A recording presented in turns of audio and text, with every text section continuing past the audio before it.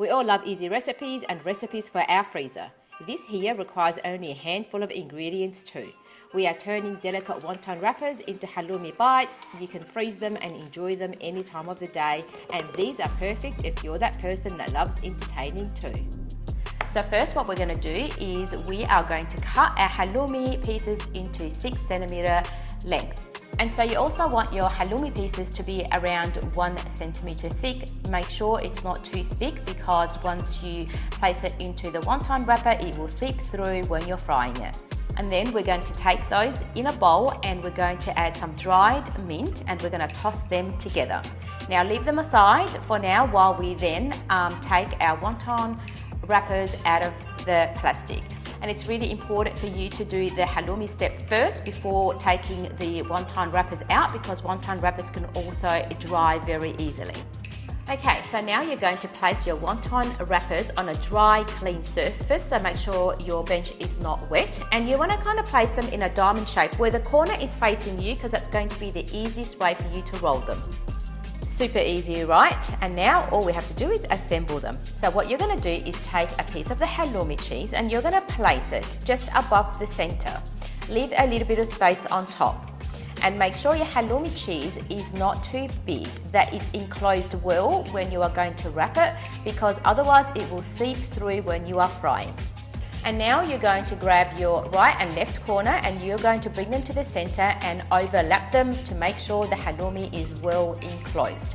And you're going to grab the corner closest to you and you're going to roll wonton wrappers like a spring roll. So you're rolling away from you until you get a mini cigar shape or a little mini spring roll shape. And to seal, use a mixture of flour and water as glue. So basically all you're going to do is mix together a tablespoon of water and a tablespoon of flour, and then you can paste that, or just use your finger to place that on the top end of your wrapper, and then roll it away and firmly press down just to make sure that it is nice and sealed. And as you can see, I like to use a paper towel handy just to wipe off the excess flour and water mixture that is on my finger, so then I don't get it all over the rest of the wrappers. Okay, so if you are prepping these for the next day or the day after, so you can put them in your fridge up to about 2 or 3 days, but not longer than 3 days, you're going to pop them into a container and don't let them touch, so you need a little bit of a space between them, and also separate them with baking paper. But if you're planning on freezing these, you can still do it in a container with baking paper in between, or otherwise pop them on a tray that is also lined with baking paper. Pop them into the freezer, and once they're frozen, you can pop them into a container or into just a plastic bag, a Glad bag, and seal that, and if they touch, it won't matter because they are frozen, and pop that into your freezer. Now let's move on to frying those little delicious rolls. And what you're going to do now is heat up your vegetable oil in a pot over medium to high heat. And always make sure you use an oil that has a high smoke point. Now carefully drop your halloumi wonton rolls into the oil and be careful not to overcrowd the pot. So you still want some room for them to move around so they don't stick to each other.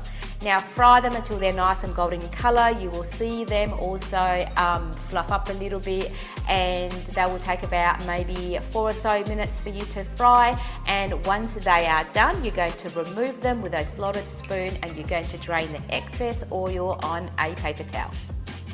And the moment you are all waiting for, here they are, halloumi wonton rolls. These are so easy to eat and so easy to serve. I love these as part of a larger meal with some sweet chili sauce, or any of your favorite dipping sauce, and then some fresh mint on the side. 2 of my very favorite ingredients, halloumi and mint. I hope you really have enjoyed this cooking session today, and if you have, subscribe, like, and leave me a comment. And until next time, happy cooking, sahtan, enjoy in good health.